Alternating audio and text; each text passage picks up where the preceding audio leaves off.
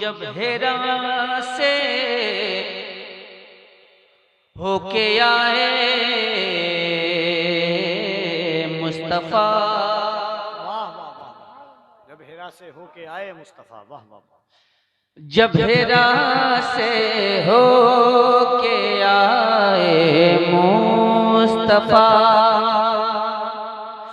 जब हेरा से होके आए मुस्तफा। जब हेरा से होके आए मुस्तफा। जब हेरा से होके आए मुस्तफा।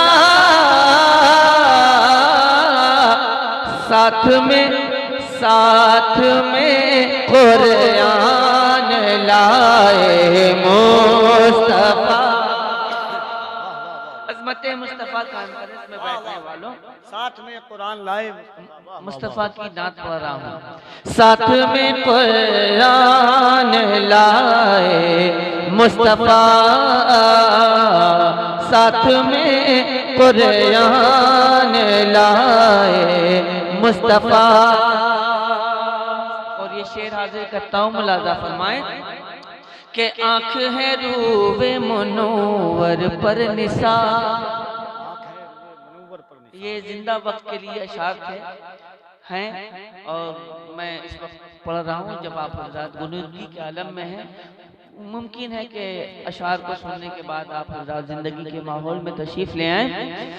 आँख है रूवे मुनव्वर पर निसार। आँख है रूवे मुनव्वर पर निसार। और दिल मेरा फिदाए मुस्तफा। और दिल मेरा फिदाए मुस्तफा। जब हेरा से हो के आए मुस्तफा। और ये शेर हाजिर करता हूँ, मुलाजा अल्लाह करे कि ये शेर आपके दिल में बैठ जाए, नक्श कर जाए कि काश पत्थर की तरह मेरा जिगर। तवज्जो चाहूंगा कि काश पत्थर की तरह मेरा जिगर। काश पत्थर की तरह मेरा जिगर। ले दिल पर नक्श पाए मुस्तफा। ले दिल पर नक्श पाए मुस्तफा। ले दिल पर नक्श पाए मुस्तफा। और भाई ये शेर क्योंकि आप मदीने शरीफ हाजिरी दे करके तशरीफ लाए और वहाँ से रुखसत का एक मंजर है कि आते ही हिजरे मदीना का ख़याल। आते ही हिजरे मदीना का ख़याल। आते ही हिजरे मदीना का ख़याल। ये कलेजा मुझको आए मुस्तफा। ये कलेजा अल्लाह।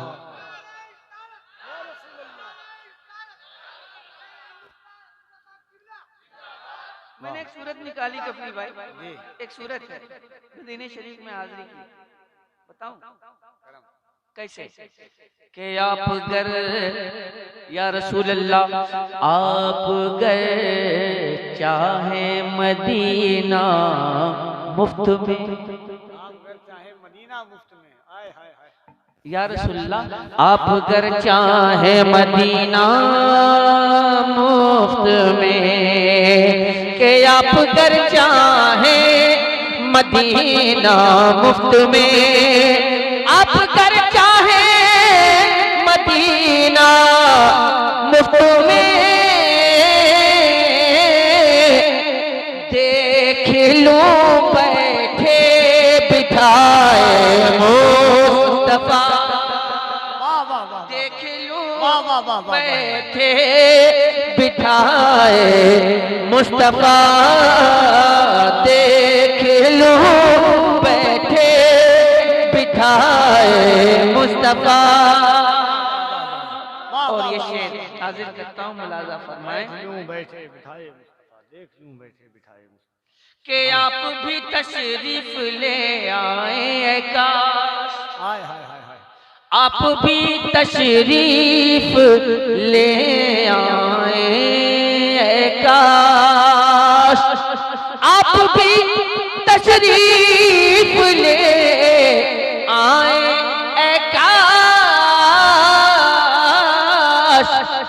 आपकी जब याद आए मुस्तफा, वाह वाह वाह, आपकी जब याद आए मुस्तफा, आपकी जब याद आए मुस्तफा।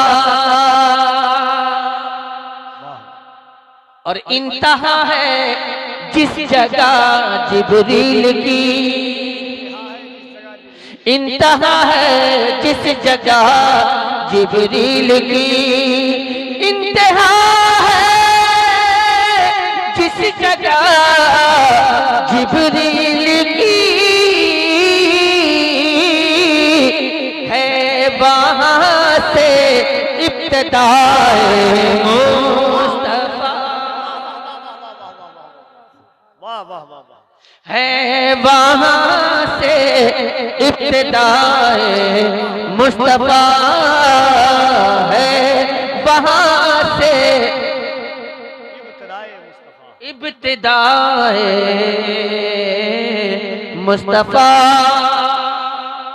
और ये शेर महसूस करें कफील भाई, नूर मोहम्मद भाई, ये शेर महसूस करें कि धड़कने असहाब की रुक सी गई, धड़कने असहाब की रुक सी गई, कि धड़कने असहाब की रुक सी गई, धड़कने असहाब की रुक सी गई,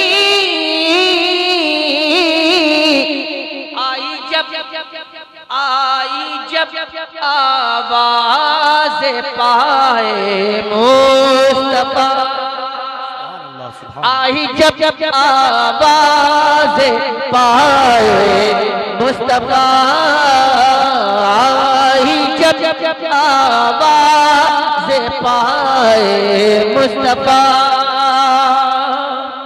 और हजरत सिद्दीक़ अकबर और उमर, हजरत सिद्दीक़ अकबर और उमर, हजरत सिद्दीक़ अकबर और उमर, खूब है ये अक़रबाए मुस्तफा, खूब है ये अक़रबाए मुस्तफा। और ये शेर हाजिर करता हूँ, मुलाजा फरमाएं। मरहबे बेबाक अब तो तू गया, मरहबे बेबाक अब तो तू गया, मरहबे बेबाक अब तो तू गया, सामने है मुर्तज़ाए मुस्तफा, सामने है मुर्तज़ाए मुस्तफा, सामने है मुर्तज़ाए मुस्तफा। और मक्ता इस कलाम का कि आपकी जलवागरी हो सामने, आपकी जलवागरी हो सामने, आपकी जलवागरी हो सामने।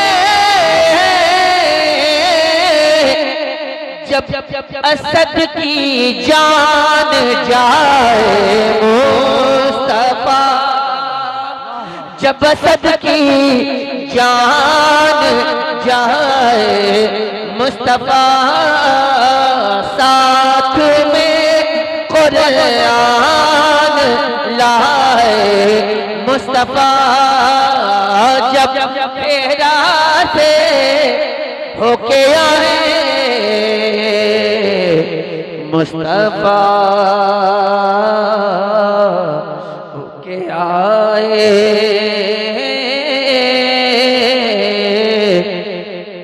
मुस्तफा। हज़रत मोहतरम, मैंने एक कलाम के कुछ अशार तक पहुंचाने की सआदत हासिल की। मैंने जो कुछ सुनाया आपने सुना और आपने बहुत ही मोहब्बतों के साथ सुना। अल्लाह आपकी समाअतों को कबूल फरमाए, आपकी समाअतों को कबूल फरमाए, अल्लाह आपकी समाअतों को कबूल फरमाए। मतलब 3 मरतबा में आप लोग जोर से बोलते हैं, ऐसा लगता है कि 3 मरतबा इजाब कबूल वाला मसला है। निकाह कबूल है?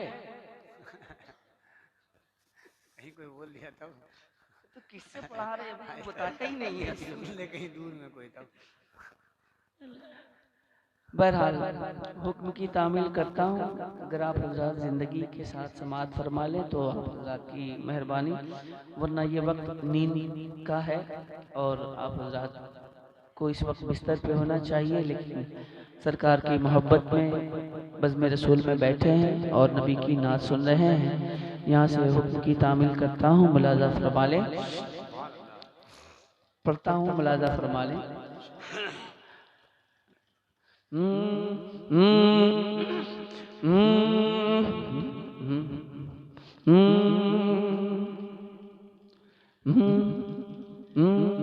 थोड़ा सा इसकी गूंज, आप थोड़ा सा गूंज बढ़ा दीजिएगा। सबसे औला वो वाला हमारा नबी, हाय हाय हाय हाय, ना बोलो यार, बोलो, बोलोगे तो सबसे औला वो वाला हमारा नबी, हमारा नबी, सबसे औला वो वाला हमारा नबी, सबसे औला वो आला हमारा नबी, सबसे औला वो आला। वाह वाह। मैं जहाँ लेके चल रहा हूँ वहीं पहुँच गया। हाँ, कपिल भाई पहुँच गए। सबसे औला वो आला हमारा नबी, सबसे औला वो आला हमारा नबी, पहुँच गए कपिल भाई। सबसे औला वो वाला हमारा नबी, सबसे बाला वो वाला हमारा नबी, अपने मौला का प्यारा हमारा नबी, दोनों आलम का दूल्हा हमारा नबी, खल्क से औलिया, औलिया से रसूल और रसूलों से आला हमारा नबी। कौन देता है देने को मुँह चाहिए, कौन देता है देने को मुँह चाहिए, देने वाला है सच्चा, देने वाला है सच्चा हमारा नबी, देने वाला है सच्चा हमारा नबी। सारे ऊंचों में ऊंचा समझ जिसे है उस ऊंचे से ऊंचा हमारा नबी, सारे अच्छों में अच्छा समझ जिसे है उस अच्छे से अच्छा हमारा नबी। गमज़दों को रज़ा मज़दा दीजिए कि है बेकसों का सहारा, बेकसों का सहारा हमारा नबी, बेकसों का सहारा हमारा नबी। नबी नबी नबी नबी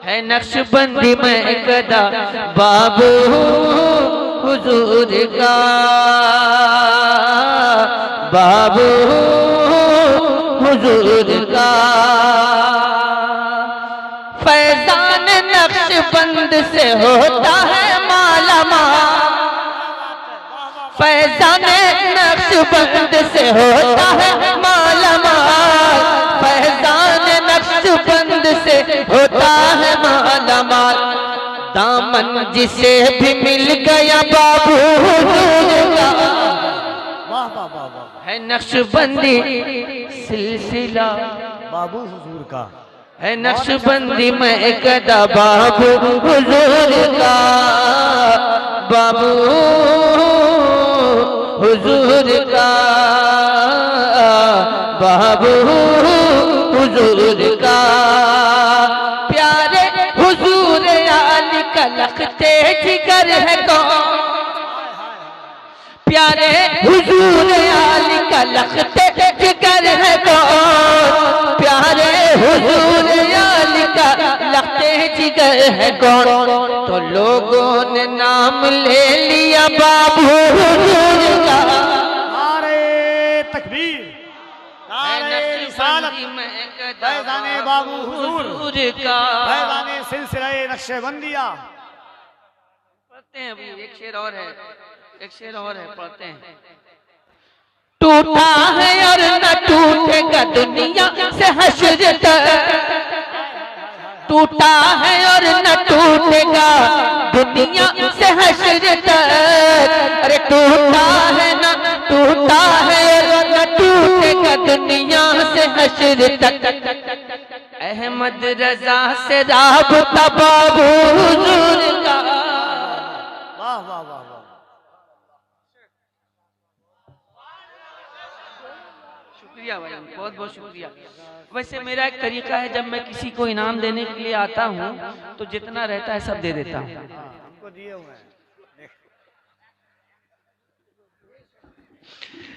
है नक्शबंदी में कदा बाबू हुजूर का, है नक्शबंदी में कदा। नारे तकबीर, नारे तकबीर, नारे रिसालत, नारे रिसालत। अजमत मुस्तफा कॉन्फ्रेंस, अजमत मुस्तफा कॉन्फ्रेंस। साहिर इस्लाम असद इकबाल कलकत्तावी, साहिर इस्लाम असद इकबाल कलकत्तावी। उलमा इकराम, उलमा इकराम, आला हजरत का दामन। नारे तकबीर। इंशाअल्लाह फिर किसी मौके से हजरत जब तशरीफ लाएंगे, हजरत जब मौजूद रहेंगे तो फिर पढ़ने का मौका मिलेगा। चाचा कहाँ जा रहे हैं? अच्छा इंतकाल कर रहे हैं, जाइए। इंतकाल का माना होता है जगह मुंतकिल नहीं, करना, मैंने बदलना। कहा कि इंतकाल करने का मतलब, आप लोग ये समझते हैं कि इंतकाल का मतलब चला गया। इंतकाल का दूसरा माना ये भी है कि एक जगह से दूसरी जगह जाना, मुंतकिल होना, समझे? उर्दू पढ़िए तब अच्छा लगेगा। गुल की जगह पे अपने दिलों को बिछाएंगे, ये मतलब अरे बाबू हुजूर आएंगे, खुशियाँ मनाएंगे। हाय हाय हाय हाय, बाबू हुजूर आएंगे, खुशियाँ मनाएंगे।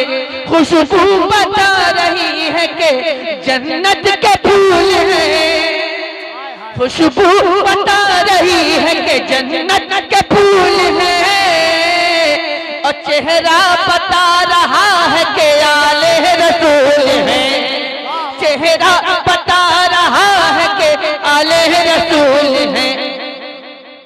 उंगली को उनकी थाम के, उंगली को उनकी थाम के जन्नत में जाएंगे। अरे बाबू हुजूर आएंगे, वाह वाह, बाबू हुजूर आएंगे। सुभान अल्लाह। खुशियाँ मनाएंगे। ये पैसे नक्शबंद लुटाने को आए हैं, ये पैसे नक्शबंद लुटाने को आए हैं। हाय हाय हाय, हुस्ने करम का दरिया बहाने को आए हैं,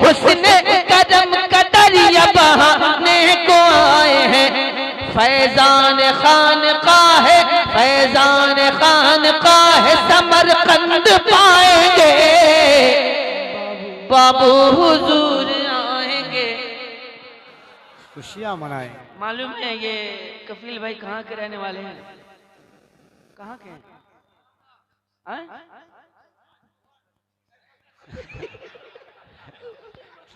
भाई दो कट्ठा इनके नाम पे लिख दीजिए।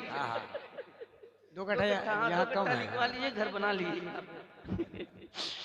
अल्हम्दुलिल्लाह ये भी उसी दयार से निस्बत रखते हैं जिस दयार से हुजूर बाबू हुजूर का ताल्लुक है।